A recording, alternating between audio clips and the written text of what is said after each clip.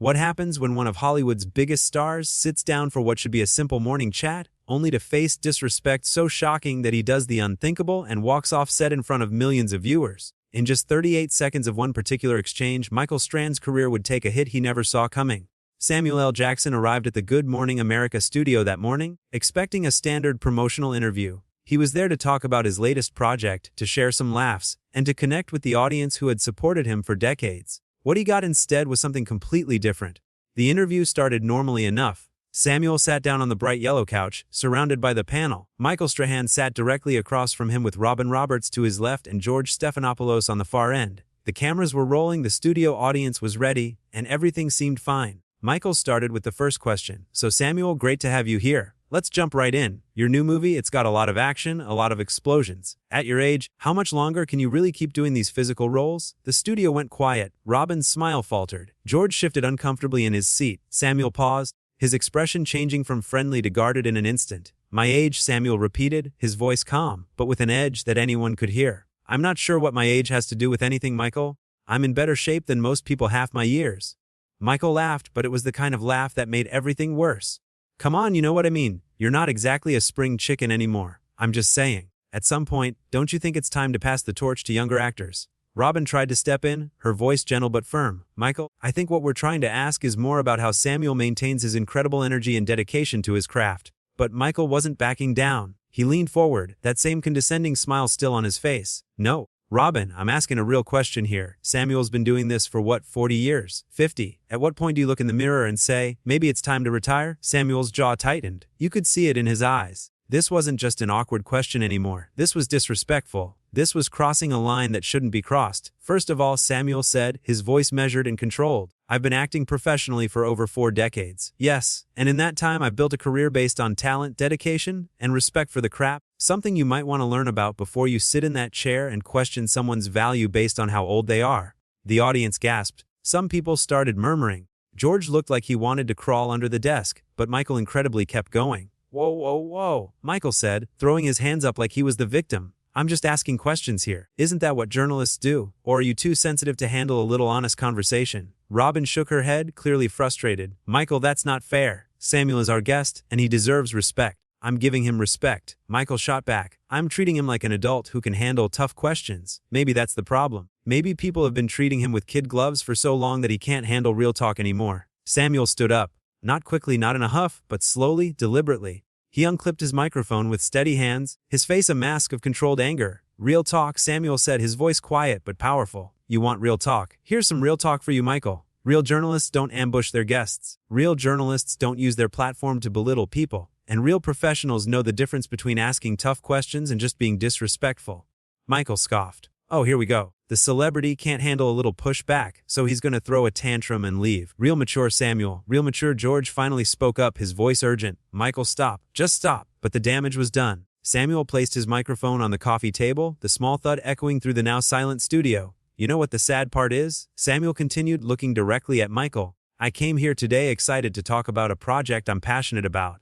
I came here to connect with people who've supported me throughout my career, but instead I get ambushed by someone who clearly has some kind of agenda." Robin stood up, reaching out toward Samuel. "Samuel, please. On behalf of the show, I apologize. This isn't what we wanted." Samuel nodded at Robin, his expression softening slightly. "I know you don't, Robin, and I appreciate that, but I'm not going to sit here and be disrespected on national television. I've earned better than that." Michael leaned back in his chair, arms crossed, that smug expression still plastered on his face. "So, you're really going to walk off? You're really going to prove my point about not being able to handle pressure?" Samuel turned back to Michael, and for a moment, everyone in the studio held their breath. "The only thing I'm proving," Samuel said, "is that I respect myself too much to entertain this nonsense." "You think this is pressure, Michael? I performed on stages around the world. I've worked with the greatest directors in cinema. I built a legacy that will last long after both of us are gone. This," he gestured around the studio, "this isn't pressure. This is just sad." The audience started applauding slowly at first, then louder until the entire studio was clapping for Samuel. Michael's face went red. He wasn't smiling anymore. "Oh, great," Michael said, his voice dripping with sarcasm. "Everyone applaud the guy who can't finish an interview. That makes sense." George cut in sharply. "Michael, enough. That's enough." But Michael wasn't finished. "What? I'm the bad guy now because I asked legitimate questions because I didn't kiss his feet like everyone else does." Samuel was already walking toward the exit, but he paused at Michael's words. He turned back one more time. You know what your problem is, Michael? Samuel said. You confuse being confrontational with being intelligent. You think that tearing people down makes you look strong, but all it does is show everyone exactly who you are. Robin looked devastated. She called out after Samuel, Samuel, please. Can we talk about this? Samuel stopped at the edge of the set, turning to face Robin, but not Michael.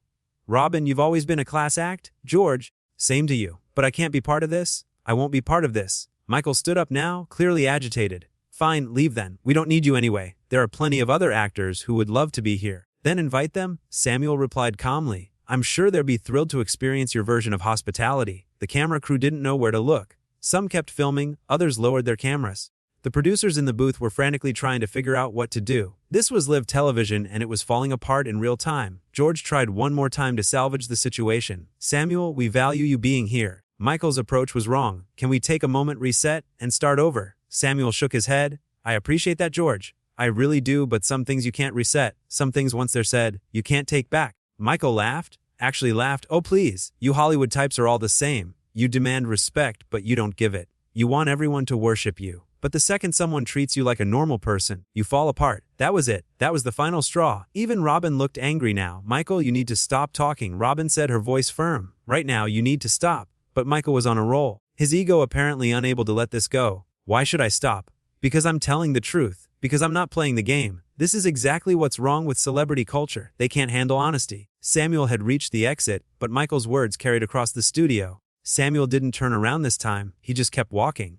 That's right, walk away, Michael called after him. Show everyone that you can dish it out in your movies, but you can't take it in real life. Robin stepped in front of Michael, actually physically blocked him from continuing. Stop. Just stop, Michael. You're making this worse. The audience had gone completely silent now. The applause had died down and people were just watching in shock as one of the most awkward television moments in recent memory unfolded before them. George stood up and addressed the camera directly. We're going to take a quick break. We'll be right back. But before they could cut to commercial, Michael had to get one more word in.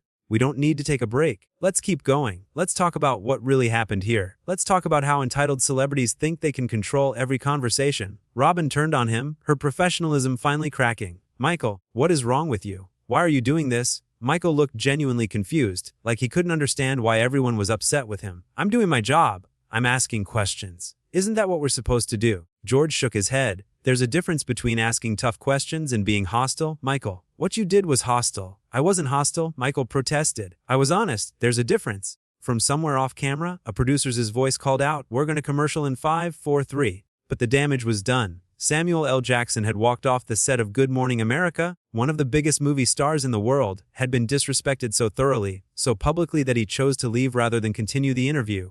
As the show cut to commercial, Michael sat back down, still looking defiant. Robin and George exchanged glances, both of them clearly upset and frustrated. Robin leaned over to Michael, her voice low but audible to the nearby microphones. What were you thinking? What was going through your head? Michael shrugged. I was thinking that we should treat celebrities like everyone else. I was thinking that honest questions shouldn't be off limits just because someone's famous. George joined the conversation, his tone sharp. Michael, there's a way to ask challenging questions without being disrespectful. You know that? You've been doing this long enough to know that. So, I'm the villain now. Michael asks, spreading his hands. I'm the bad guy because I didn't fawn all over him. Robin sighed, rubbing her temples. You're missing the point entirely. This wasn't about fawning or not fawning. This was about basic respect, basic human decency. Michael scoffed, basic human decency. He's the one who walked off. He's the one who couldn't handle a conversation. The commercial break was almost over. The producers were signaling for everyone to get ready, but the tension on set was thick enough to cut with a knife. George looked directly at Michael.